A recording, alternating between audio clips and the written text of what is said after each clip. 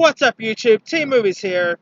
Now, last night I saw the season 3 premiere of the Deuce. Now season 3 is actually going to be the final season, and the Deuce, was a show that premiered in 2017, which I really quite liked the first season. I thought the Deuce was pretty decent. Season 2 was a little iffy for me. I thought season 2 was just okay. It wasn't as great as season 1. So, now we got season 3 that just rolled around. It's gonna be the final season, and I gotta say the season premiere was pretty decent. Now the Deuce, the first choose the Deuce now season 3 of the Deuce now takes place in 1984, and it's once again about the porn industry of that era. Yeah, I mean. And you see lots of people in the 80s did not really care much for the porn industry as we do now. I mean, in a couple of the scenes, you'll see, lots of people protesting and saying that porn is, violent and all that, which, okay. Now, The Deuce is also created by David Simon, who, if you guys don't know who David Simon is, he's the guy who created The Wire. Who doesn't love The Wire? The Wire is just great. And this time around, you got Maggie Gyllenhaal, who once returns as Elaine, who's of course now a porn director now, and it pretty much picks up at the trail of the end of 1984 with the 70s golden age of porn being depicted in Boogie Nights' firmly in the past and all, and so the 80s home video explosion is in full swing, because now in the 80s, it was in the 80s where porn went to video and all. That's right, kids. That's right, everyone. Before we had before we had the internet and all that, you actually had to buy porn in a a cassette tape, no, a VHS tape, I should say. So yeah. But this time around, you got some interesting storylines. I mean, you've got twin brothers, Vincent and Frank Martino, both played by James Franco, who try to attempt to adjust their business amid the diminishing strength of their mob backers. And so you got Vince, who pretty much is thinking of getting out, while Frankie is looking for a way to branch out on his own, and his Frank's girl, named Abby, played by Margarita Lavilla. I could never really pronounce her last name that well, but she tries to struggle to stay true to her activist roots without advocating for censorship of more pornography, of course. And you got Lawrence Gillard Jr., who returns as Officer Chris Elson.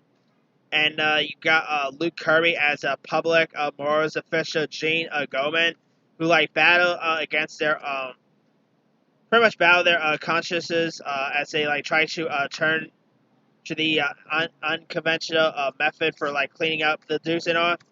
And now you got Elaine ends up trying to clash with Harvey, played by David Krumholtz, over the direction of the porn industry, as well as her mother, who's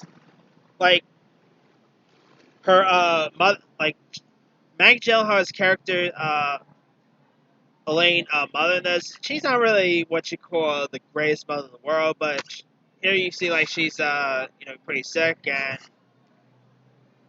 and all. And now this one, also in season 3, you've got Gyllenhaal's Elaine character ends up having a new love interest, who's played by Corey Stowe, who's always great. And Elaine's life also has become improved by becoming a household name in the porn industry.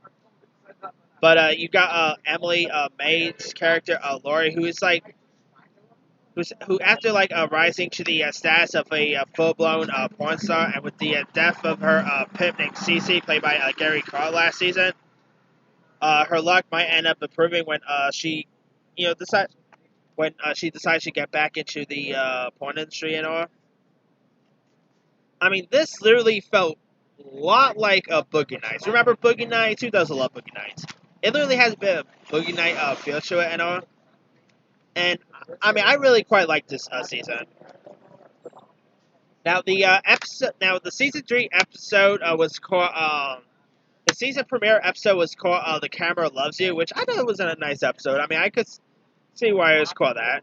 And of course, it had lots of risque stuff. I mean, if you guys watched The Deuce, do yourself a favor. Don't watch it around people. It's a kind of an awkward show to watch when people are in the room.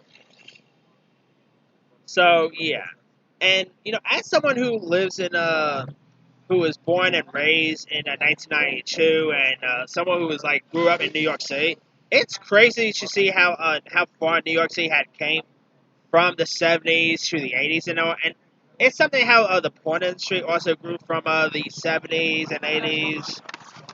I mean, before, like, who knew that how big porn was before Pornhub came around and all that.